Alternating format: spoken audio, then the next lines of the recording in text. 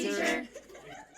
Hello, everybody, and welcome back to the Tower of Babel podcast. This is now episode 12. I don't know. 13, I want to say. I'm going to start. I think it's counting. 13. Yeah. We'll stop counting. If people who have not been here before, we are, I'm Rocky, this is Lauren, we're owners of a English Institute here in Cochabamba, Bolivia. We have this podcast as an extra resource for all of our students and anybody who's learning English as a second language. Because we know that learning English is very difficult, and so we want to give you guys some extra resources and stuff like that. So, what are we talking about today, Lauren? What are we talking about? You know. I don't actually remember. It's transportation. Oh, transportation. We talked about a couple different topics, so I wasn't sure. Yes. So what we do is we have cultural connection. Today's cultural connection is transportation, where we're talking about the difference in transportation and the similarities between mainly the United States and here, and sometimes we have some people on who have been to different places and stuff like that. So, transportation. What can you tell us about what transportation looks like in the United States? So, at least I feel like for the majority of the United States, it's very car reliant. Super car heavy, and that's personal vehicles, right? I know as far as like bigger cities, if we're thinking like Chicago and New York, not really LA, because LA is very personal car, but those places have like subways. I feel like everyone's seen in like Home Alone and in like, movies from the US, you see like the underground subway in New York or something, right? Or they might have, I know Chicago has like a commuter train, but I think the vast majority of people outside of those spaces have their own personal cars. There's not really other ways to get around, especially where we're from in Montana. There aren't any other ways to get around. There's not public transport. There's not really any way to get places. I know there was public transport in Billings, but it's not very common. Well, there is like metro buses, like city buses, but so I think there's three main ways of transportation in everyday life. Obviously, there's like transportation when you're going on trips and stuff like that, which would be like buses or planes and stuff if you're going to like different states or if different countries. But in general, day-to-day life, there's three types of travel, I believe. There's cars, trains, and buses. Okay. Those, I think, are the three. Yeah. Can you tell us estimatedly, like, what percent... Give us a percentage out of 100, obviously. Percent. Right. Buses, trains, cars. Okay. I'm going to start with cars. Okay. I think cars are 95 to 97% of travel. And then I'm going to say buses, let's take it down, because I guess that's my personal experience. Yeah. Let's go 85. I think you 90. hit them. There you go. 90. I think 90 sounds pretty good. Everyone I know has a personal car or uses someone else's personal car or like shares a car, right? I would say 90% cars, and it's personal cars. 8% buses. No, 9% buses. I think 1% trains. I don't know. I guess if we're excluding like New York and things like that. No, I'm thinking about like okay. So let's go. I would say in 90%. I think you're going too deep. Okay. Just 90% cars, 5% buses, 3% trains, 2% other. I didn't even think about other. Well, there's like people like I bet there's somebody who skateboards to work or bikes into work or stuff like that. Like walks or whatever. Walks into work, but majority of it is going to be cars, personal vehicles, and not public transport. The only public transport that's available is trains and buses. Yeah, and that's really only a big thing in like bigger cities. Like I remember in Billings, I knew one person who took the bus, and that was your cousin. Who? Moira. She took the bus? She took the Met because she lived in the Heights and she had to work on the West End. Oh. Yeah, but it was like $2 every time she rode it. But also from what I've heard, it's not very common and it's not very safe. Not very safe, and just like, especially when you're into like smaller towns and cities and stuff, the buses come around once every 45 minutes. Right? It's like, so you miss one and you have to wait forever. It's faster maybe to walk. Yeah. Yeah. It's just not a very effective thing. I remember when we went to Spokane, though, taking public buses around there. That was a little more common. Well, we only took public bus once, and that was a shuttle from I guess that's the an airport shuttle. That's different. Yeah. Which, once again, was like a trip, and you use a Right. shuttle, which is just a bigger bus. Yeah. Which doesn't make a ton of sense. But, here in Cochabamba, they recently have been building the train station. Yeah. It's been in the talks since I was literally 5 years old. Really? People were like, yeah, they're going to build a train for Cochabamba. And I was like, that's never going to happen. Everyone was like, that's never going to happen. Mm-mm. But it finally did happen. It's a commuter train. And they built that specifically for one purpose and one purpose only, which is commuting. Commuting. And explain what that is. Commuting? Yeah, to our viewers. Well, it has a translation on it. I suppose, yeah. Yeah, but commuting, getting from place to place, back and forth and stuff like that. And so... Specifically for work. Yeah. Commute is like from your home to work and back. Mm-hmm. But I think that's super interesting because in the U.S., that's not why the railroads were made. No, the railroads are like coal and things like that. The only reason that there are railroads for there to be trains in the U.S. is just because originally during the, I got this easy, 1870s. That's perfect when that happens. In the 1870s, they started building railroad tracks all across the United States to be able to ship different products in between different places, mainly coal, because back then everything was, even now, almost everything is still coal powered. Yeah. Electricity comes from electrical plants that burn coal. Yeah. Well, and generate electricity. I feel like all the trains I've ever seen are full of one of three things. No, four things. They're full of coal. They're carrying train parts. Yeah. Remember? I do remember They're seeing a lot of train carrying parts. beets from the sugar beet farm in Montana. That's specific. They're carrying in vegetables. Yeah. Or they're carrying oil or propane, like the big gas ones that say highly flammable or something. Yeah, oil tankers, and I think you're now missing a big one that a lot of people see more often is just straight up cargo trains, freight trains. But what's on them? Amazon packages. Oh, I didn't You even remember think... seeing how many double stacker Amazon things? And so in the U.S., all the train transportation was based off of shipping things around because it's cheaper. Right, it's commerce based. It's not for people to transport. It's actually illegal to jump on those trains. You'll see you hear the classic homeless people jump on it to get where they're going. But you're not allowed to do that. I'm gonna shut the window. It's really windy in here. Incredibly windy. But yeah, so we don't really see trains. I've only ever heard of 2 people taking a passenger train in the U.S. from state to state, and those 2 people are your parents. Well, they do have those.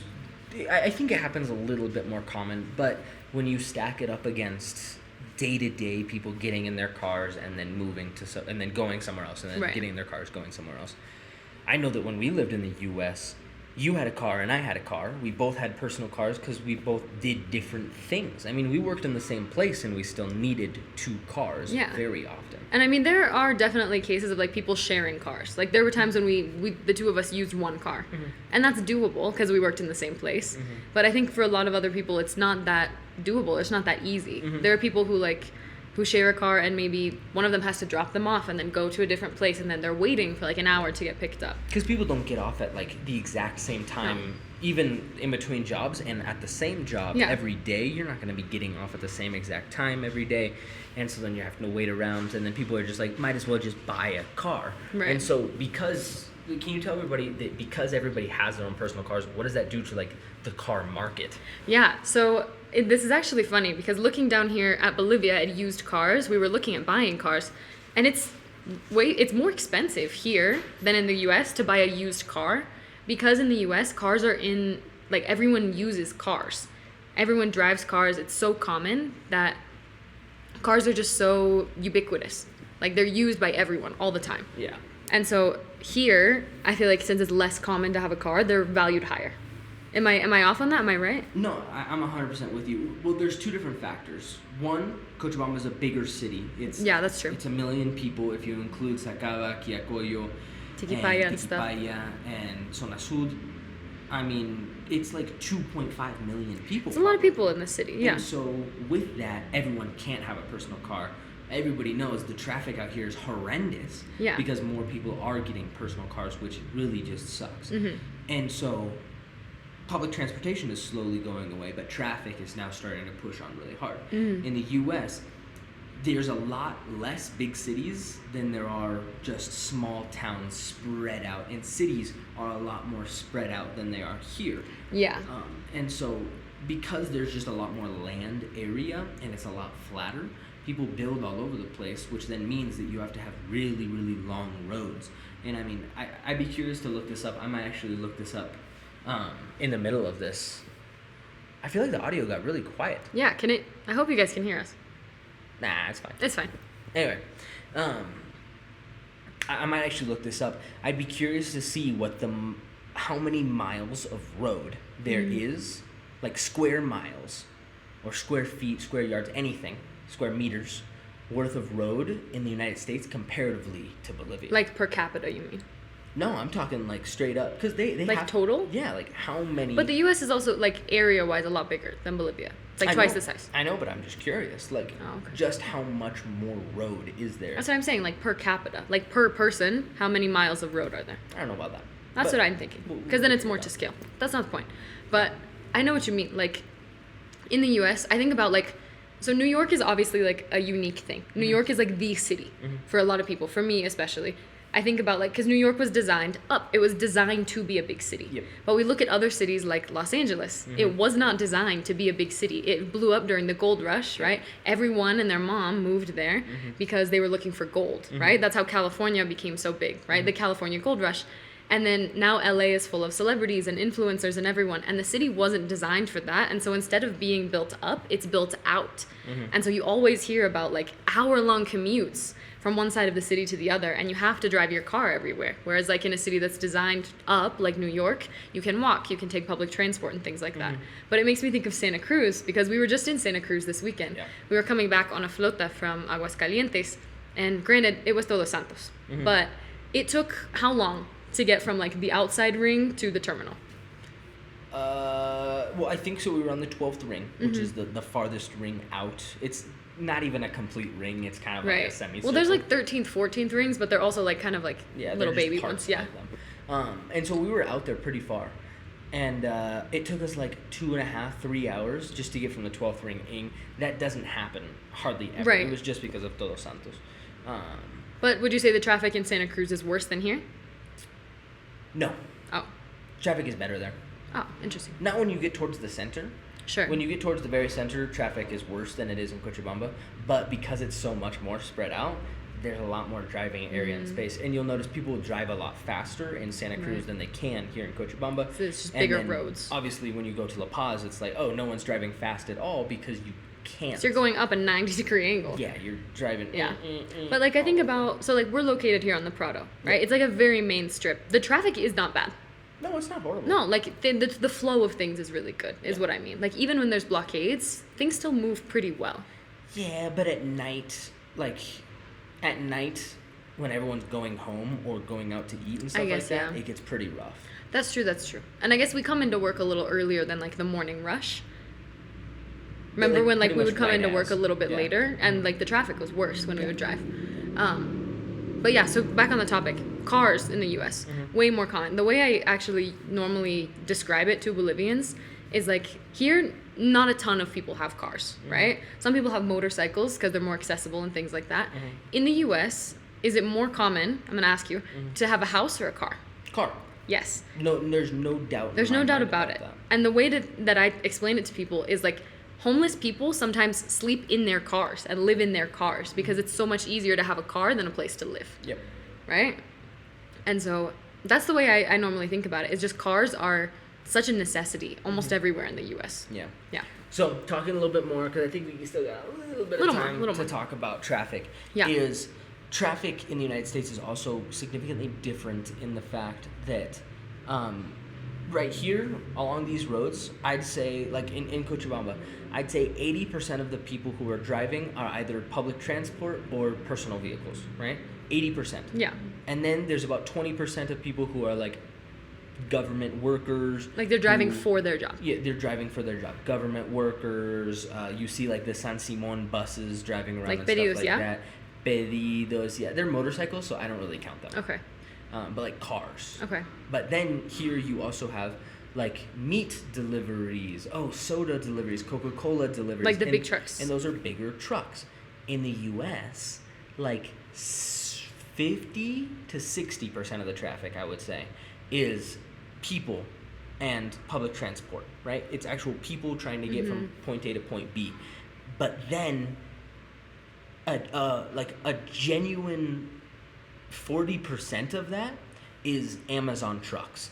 big trucks carrying meat and vegetables, and like the amount of, I would almost say it's close to 50-50. Like if you were to just drive down a highway and look at every car that passed you, one car would be a personal vehicle, the next car would be some sort of company, the next one personal, the next one company, personal, company, back and forth, because everybody has company cars. Yeah, I didn't even think about that. Well, and because I think about like big restaurants, like chain restaurants in the US, like I'm not sure how restaurants do it here, but in the US, lots of chain restaurants like have semi trucks, like huge trucks, come around back and they get their stock, right? And I think about like the drive from your parents' house in Laurel to our job, right? And you would see a good 50% of just like huge semi trucks. Yeah. Maybe they're carrying like you said, vegetables or Amazon packages, or those ones that would have like totaled cars on them, or like cars to sell. Yeah, remember like the big yellow one? There were a ton of those. Yeah. Right? And so there's a bunch of like commercial transport that I feel like you just don't see as much here. Like the semi trucks that I see are like Coca-Cola, and they're still smaller. Yeah, you know? They're like the size of like a box truck. Yeah. Yeah. It's very interesting. Very odd. Just how much more commerce there is on the road rather than here. Like even when you're traveling in between, like you're driving in between cities and stuff. Yeah. Like you do see the big trucks that are carrying chickens or pigs or produce, potatoes, and stuff like that. You can smell them before you see them normally. Yeah. But even with that, there's a lot more buses, public transportation, and personal vehicles on the road. Definitely. It's more like 70-30 on those highways. I do remember when we lived in Sacaba, maybe there was just like a chicken place there. I remember seeing like a big truck of chickens like twice a week. Yeah. That's still less than you see like commercial trucks in the US.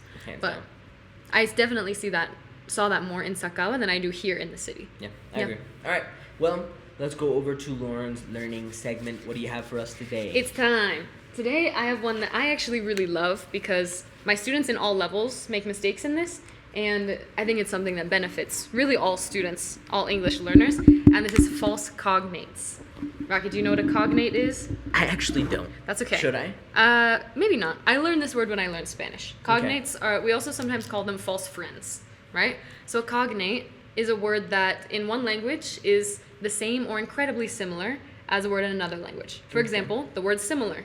In English, similar. In Spanish? Similar. Similar. That's a cognate, right? Or a friend. Those words are the same. Okay. Today we're looking at false cognates, words that we normally translate over, or we think that they're the same, and they're not. So the first one I want to look at is... What'd you say? Nothing. Okay. The first one I want to look at is actually. So, actually... Go ahead. Actualmente. No. That's what I would assume, right? Exactly. If I only spoke Spanish, I'd be like, oh, that means actualmente. Yeah, well, because you see the ly and you go, oh, that means mente, actual, right? In English, so actually is something we normally use to say like, well, actually, that's not correct, right? Which would be en verdad. Yeah, de verdad. We normally translate actually as de hecho. Yeah. Right? I don't actually hear anybody say that. I don't actually hear anybody say that. No, de hecho, never.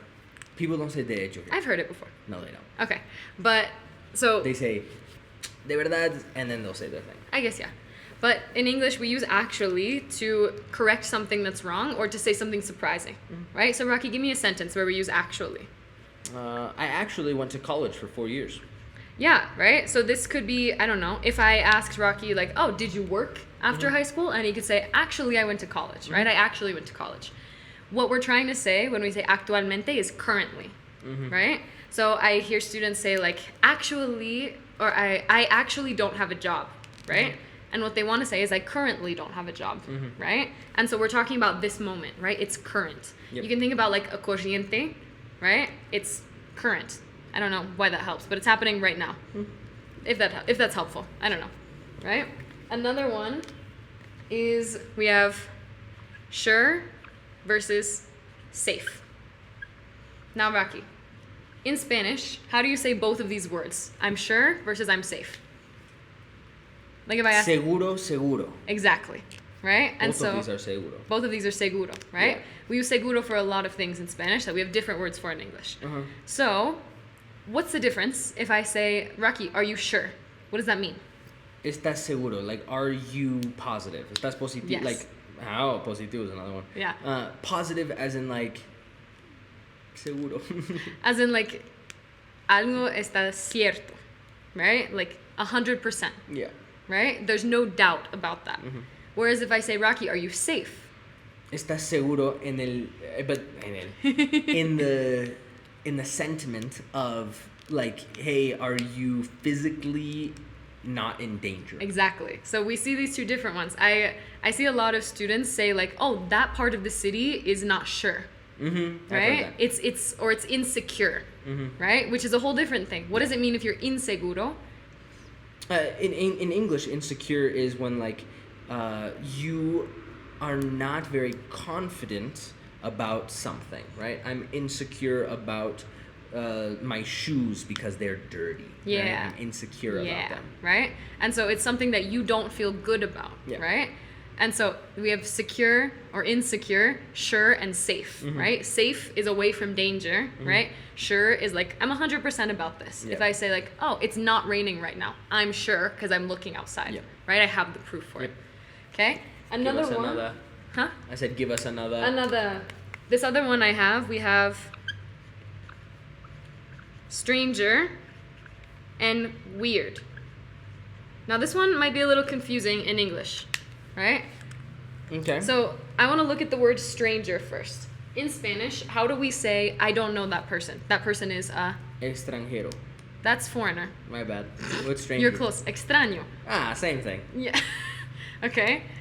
That person is a stranger, and it kind of has the connotation of like sí, stranger's extraño. danger. Yeah, extraño. It kind of has the remember the movie No Hables con Extraños, the James McAvoy movie. Phenomenal movie. Great movie.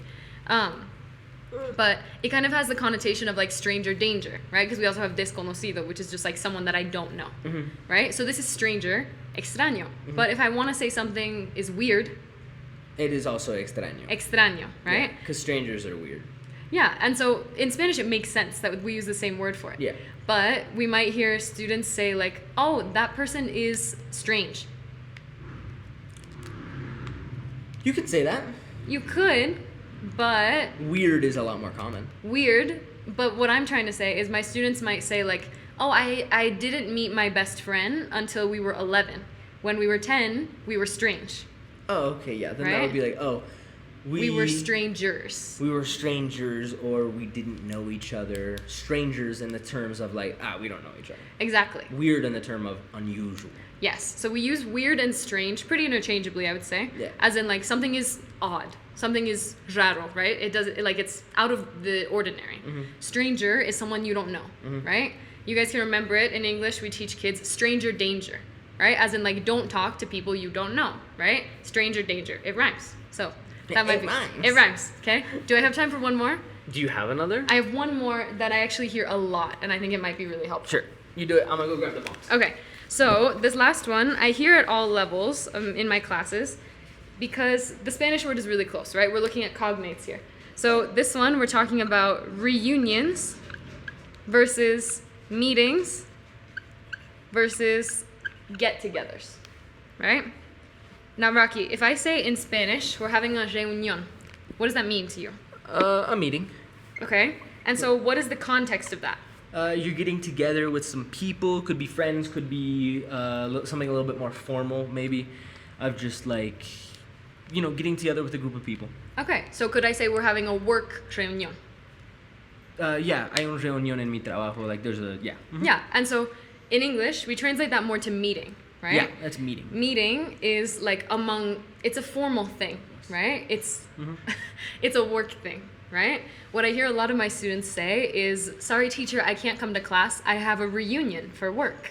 Ooh, but that's a different thing. What's a reunion? Explain that to us. And what's the number one context you hear for reunion? A reunion is we're not talking about work anymore. You do not have a reunion and work. A reunion is almost 100% reserved for people who you know and have not seen for a while, and the most common context is like a class reunion or a high school reunion, college reunion. People who you haven't seen from high school, college, stuff like that, and you're seeing for the first time in a super long time. Exactly, right? We have the two parts of this word, reunion, right? You're reuniting with people you haven't seen in a long time, right? this Christmas we'll be going back to the US, right? We'll reunite. We'll have like a reunion. Say that again? We'll reunite. All right. What? Because you said it like with a almost your southern accent. No. You said reunite. No, it did not. Reunite That did rather not than happen. Reunite. Reunite. Don't listen to her southern accent. Like, so we'll reunite with There we old go. friends and with your family, I right? agree. It's reuniting. We also see it as like a family reunion, Mm-hmm. is where like you invite everyone from your extended family and it's an event, right? Because you haven't seen these people in a long time. You haven't seen them in a long time. Yep. Another context in which we don't use reunion is like, oh, I'm meeting my friends for a reunion over coffee. Yeah, because like, have you not seen your friends In years? Years, No. Right? That Exactly. would be the last option, which is A get-together. A get-together sounds kind of weird to translate it in Spanish, right? It's just like a juntarse, I guess. yeah. Because you're literally getting together, Mm-hmm. right? And so if I say, oh, I'm hanging out with my friends, it's just a little get-together, right? It's a step down from party, right? Yeah. We're not having a party at the coffee shop, but we're not having a reunion, and we're definitely not having a meeting, No. right? It's a get-together. We're just hanging out. It's a hangout. It's a hangout. Hey, we're gonna spend some time together, get some coffee, get some food, talk, maybe play some games, do something. Just it's Yeah. very casual, very low key, very chill. Super chill, right? So a get-together and a hangout is pretty synonymous, Mm-hmm. but be careful with meeting and reunion, because in Spanish we use reunión for all of these, right? Which is crazy. Exactly. So those are our false cognates, our false friends that I hear translated directly from Spanish, unfortunately incorrectly to English a lot of the time. And now I believe it's time for the box for The your box. guys' questions. Shake All her right. up, Rocky. Would you like to take one out? I'd love to take one out. I want a good one. How to learn faster. Why'd you growl? How to learn faster. What's a hard This question? is one of my students because I rewrote it and it's in my handwriting. So, this is one of my intermediate 1 students. This is for you, wrote guys. it like that? Yes. Go ahead. Okay. So, Anyway, Rocky, how can I learn faster? there's a if lot. I- There's Go a ahead. lot of different avenues that we can go. Next time, I'm gonna say your turn. Your turn. No. Yeah. No, there's a lot of different avenues that you can take with how to learn faster. I mean, if we're speaking about English, we're speaking about, how can I learn faster? How can I go through things a little bit quicker? Your biggest thing is practice, right? If you want to learn guitar and you want to, shred like Prince, because Prince is a phenomenal guitarist, no one really knows. It's not who I thought of for guitar. Look it up. He's a phenomenal guitarist. All right, I believe you. I'm gonna have to show you videos after this now. We're definitely going to watch a YouTube video after So, this. with anything, you wanna master it, you have to spend how many hours? 10,000 is what they say. 10,000 hours practicing it. How many years is that? We'll figure it out. We'll count it up. But in total, you have to just keep on practicing. We say it here at Tower Babel all the time. Learning English is not something that you can do 1 hour a day. Learning Spanish, learning French, learning this, that, anything. Learning isn't just a 1 hour a day. Learning guitar isn't just a 1 hour a day thing. It's the choice to be thinking about it actively all the time.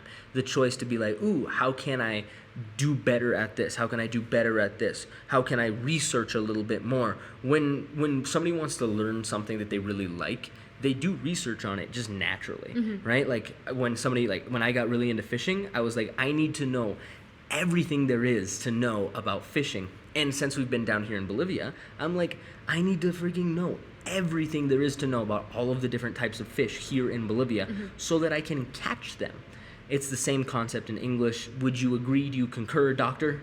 Doctor. I absolutely do. And I think about this a lot because if you think about when you learn your first language, you're a baby, and you're completely immersed in it all the time. Can you imagine how long it would have taken you to learn English as a first language if someone only spoke to you 1 hour a day and you were only allowed 1 hour a day of speaking? You know what? We'll get back to you guys in 10 years. Oh, We have a little kid that we know. Yes. He's the son of one of our very, very good friends who is growing up around 2 Spanish speakers. Both of his parents speak Spanish. Yeah. But he has some friends and some people around him who do speak English, but probably totals up to only about an hour every day, every other day. I would say maximum an hour a day. Yeah, maybe about an hour a day. If this kid comes out speaking fluently, I will give everybody everything that I have. Oh, There's well, there's no way that only with an hour a day this little kid is going to be able to learn English fast. No. Learn English eventually? Sure. But fast? No. No, and I don't think it's possible to ever feel confident in a language if you're only if you're clocking in, clocking out is what we say, right?